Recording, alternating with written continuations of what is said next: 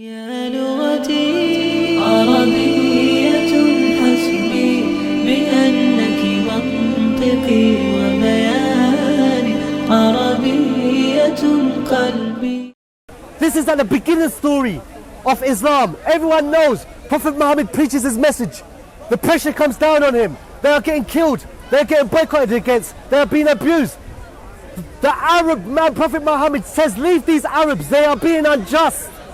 These idol worshippers. Go to a black man who is a king, who owns a country, who is powerful, who is strong and is just.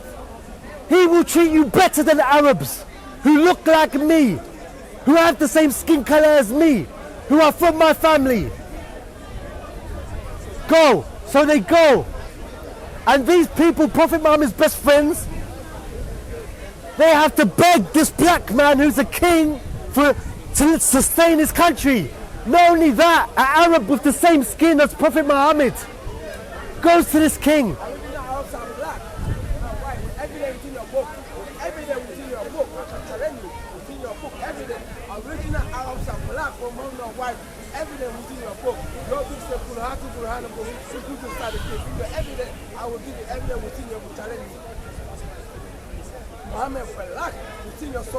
Okay, what's your name, bro?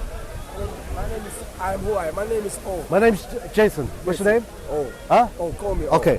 I'm just doing a presentation. Are you doing presentation? When after I finish, you can ask me whatever you want, yeah? I'm here every week, I yeah? apologize. I thought it's a guy. No. I'm just doing nothing. After I speak to you, yeah?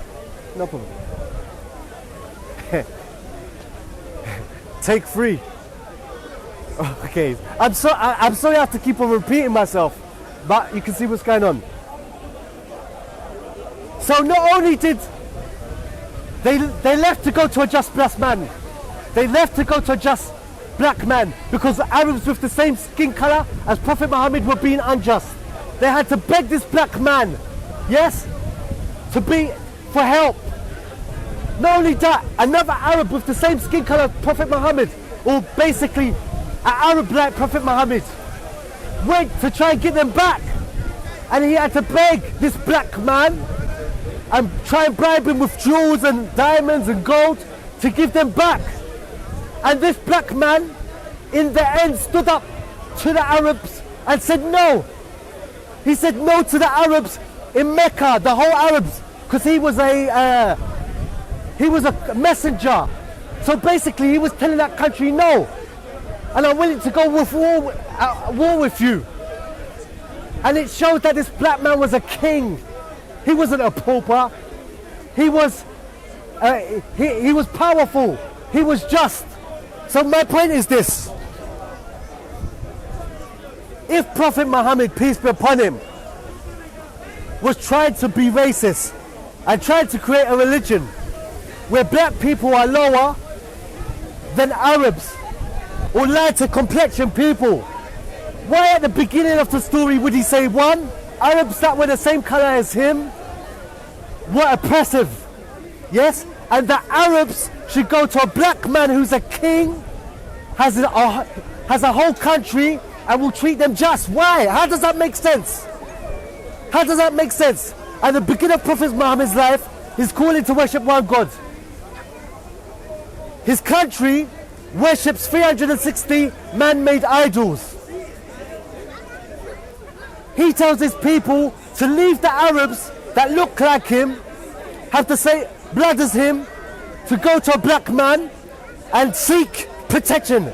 How does that make sense? If you want black people to have a low self-esteem, you would tell them to go to another Arab who's a king who will look after you. Or you would cut that part out. To you racist people, why did Prophet Muhammad, I'm talking to you now, you racist people, why did Prophet Muhammad, at the beginning of his message, when he was calling people to worship one God, when the Arabs with the same skin color as him, yes, were oppressing him and his followers, why did Muhammad clearly say, go to a black man who's a king? He's not poor, he's a king, he owns a country, and he's just. What's that going to do? Does that make black people look weak? Does it make them look poor? Does it make them look like they need the Arab man's help? Not only that, when the companions went to this black man, they had to beg him they had to beg him, yeah, to look after them. Please, if you don't look after us and take us in and we go back to Mecca, they're going to kill us. Please help us, oh black man. If you don't help us, we're stuck. Why would you put a black person in that position if you're trying to be racist and make black people look small? Not only that, another Arab comes. Yes, the country was Abyssinia, known as Ethiopia, or that area, Ethiopia, Sudan, or so forth. Not only that, another Arab as a representative of Mecca. So now you've got Mecca and Abyssinia. A messenger from the ruler of Mecca to Abyssinia is saying, listen, these guys are destroying our economy. Our economy exists on people coming to worship the 360 false gods. They're saying there's no God that's a statue, a man, an idol, a cow, a monkey, or so forth. They're destroying our economy. People are becoming Muslim. People are becoming Muslim unless people are coming to Mecca to worship their false gods, and they're becoming Muslim. We are asking you, but we're also telling you, you better give these people back to us, because if you don't, there's going to be problems between Mecca and Abyssinia. And the king said to him, no, I'm not giving them back to you. And the men had to go back unsuccessful.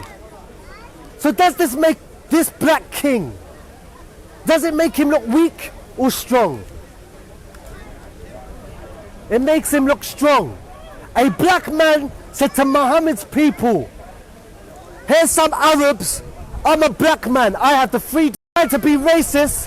Why the need for this whole story? Why don't I cut this part out? Why don't I make the king of Abyssinia Arab and hope people don't find out? Not only that, Allah said in the Quran that he sent a prophet to every different nation, calling to worship Allah different alone. Now we know Moses was not from Europe. All the prophets that went to the Middle East or all over the world, they weren't European white. We know Musa. We know that Musa, the country that he's from, he's not white. So the whole thing is that to these people who say that young black people, African, Jamaican, who become Muslim, you're going to have a low self-esteem. You're going to look at yourself low. They're lying. And they know they're lying if they know anything about the religion. But the fact is, most of them don't know about the religion. Another point I want to make is about Bilal. Now a lot of black people, they don't like using the example of Bilal, because Bilal was a slave and then he was freed. And for some reason, some people, they don't like that example because he was a slave and the Arab came and saved Bilal. So they look at it as that, okay, Bilal was a slave and the only reason he was freed, well, the Arab freed him and the Arab is the hero.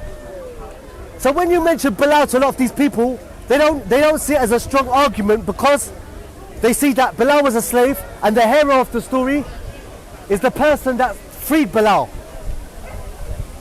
Hold on 1 second. Not now, but later on try and get a thing of the crowd and show the different colour of people that are watching this over here. Cool. Yeah, so a lot of black people, when you mention Bilal to them, when you try to prove that Islam is not racist and you use the example of Bilal, they don't like it because they think, okay, the Arab is still the superhero in this story. Bilal was treated bad by an Arab and another Arab set him free, and the Arab that set him free, Abu Bakr, is the hero. That's not good for black people. That doesn't help black people. But what they fail to mention is this. Everyone can hear, yeah? Not only was Bilal freed as a slave, that's not where the story stopped. That's not where the story stops.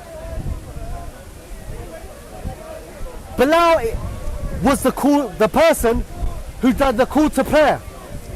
Now this will prove again why these people who speak about Islam on YouTube to try and get views, to try and get money off views, try to get famous, they know nothing about Islam. Because Mecca was racist, a racist culture, and black people were low in it. But when Prophet Muhammad, peace be upon him, changed it, you know what Prophet Muhammad, peace be upon him, done? Forget the part about Abu Bakr's best friend freeing Bilal. Forget that, forget that. Prophet Muhammad gave Bilal the position of calling to prayer. Now in Islam, there's 5 pillars of Islam. The first one is Tawheed, and that's the difference between Islam and every religion. For example, every religion, Hindus, Sikh, Christians, they do tell you to do good things.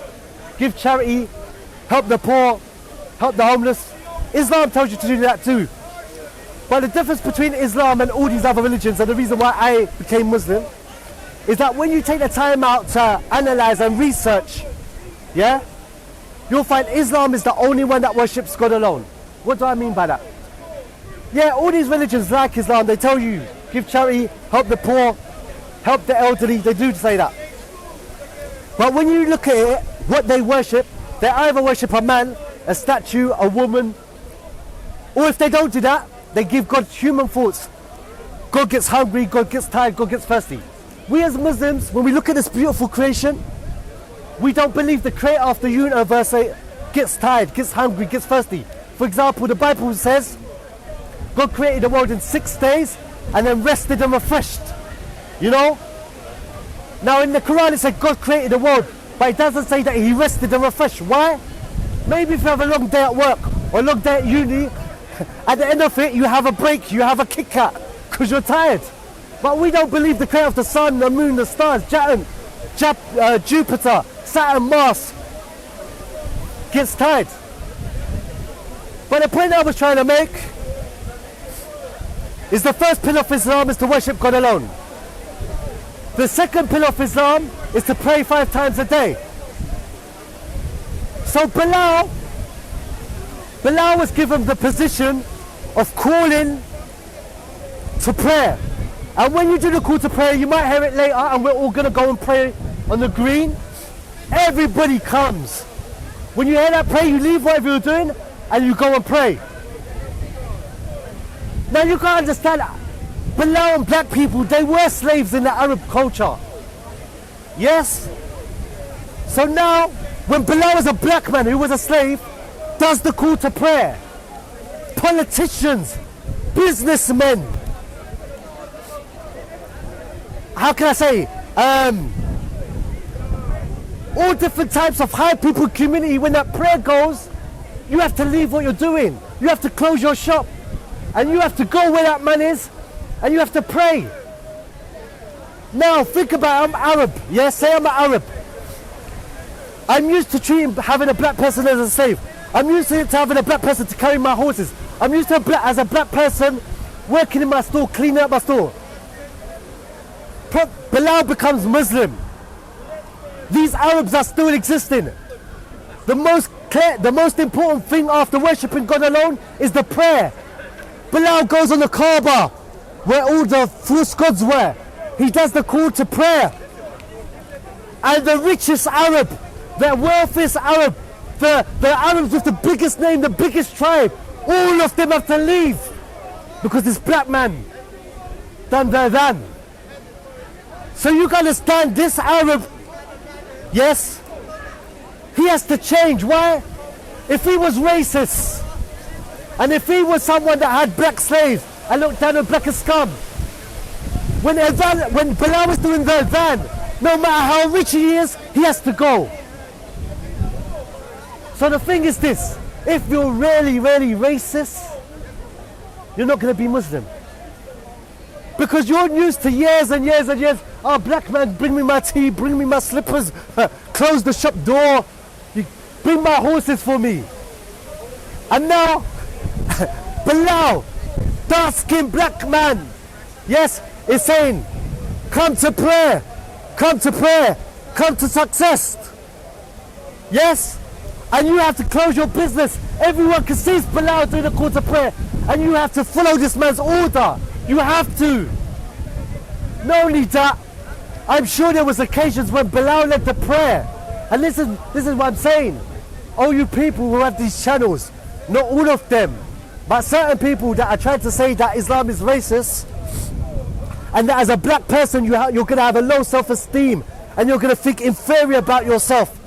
If you become a Muslim, a Muslim, you're going to have a low mentality, a low self-esteem. You're going to think lesser of yourself. If you're a young black Jamaican or young black African, you're lying.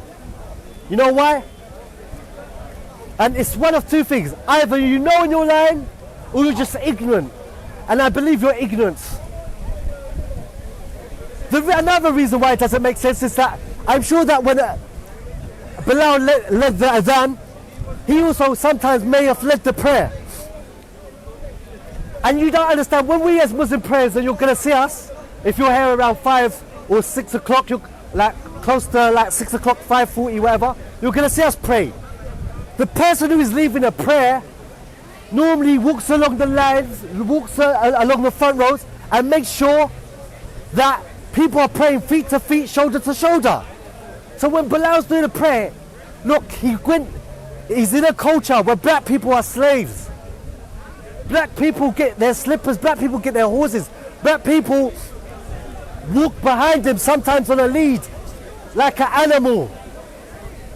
Bilal, Prophet Muhammad, changed all that. Bilal is a Muslim, he's leaving a prayer.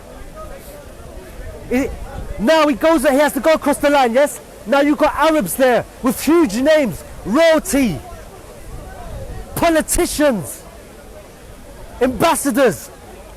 Now, this black man, dark black man, who's proud of being black, even though he lives in a racist culture, he has to make sure everyone is lined up correctly, feet to feet, shoulder to shoulder. So Bilal is going to walk across the line and push up and make the person go back easily out of line. So you have an Arab politician or tribesman, and Bilal says, back, get back. Put your feet next to him. No, come closer, come closer. A black man is telling you how to stand for prayer. So if you're really racist and you're used to black people below you and you think in your mind, you're my slave, get my slippers, get my horse, get my tea. There's no way you're going to stand in prayer and allow a black man for you to say, come forward, come backwards. Yeah? And you've got to remember there's other black Muslims now. In the line, put your feet next to this black person. Put your feet next to this black person.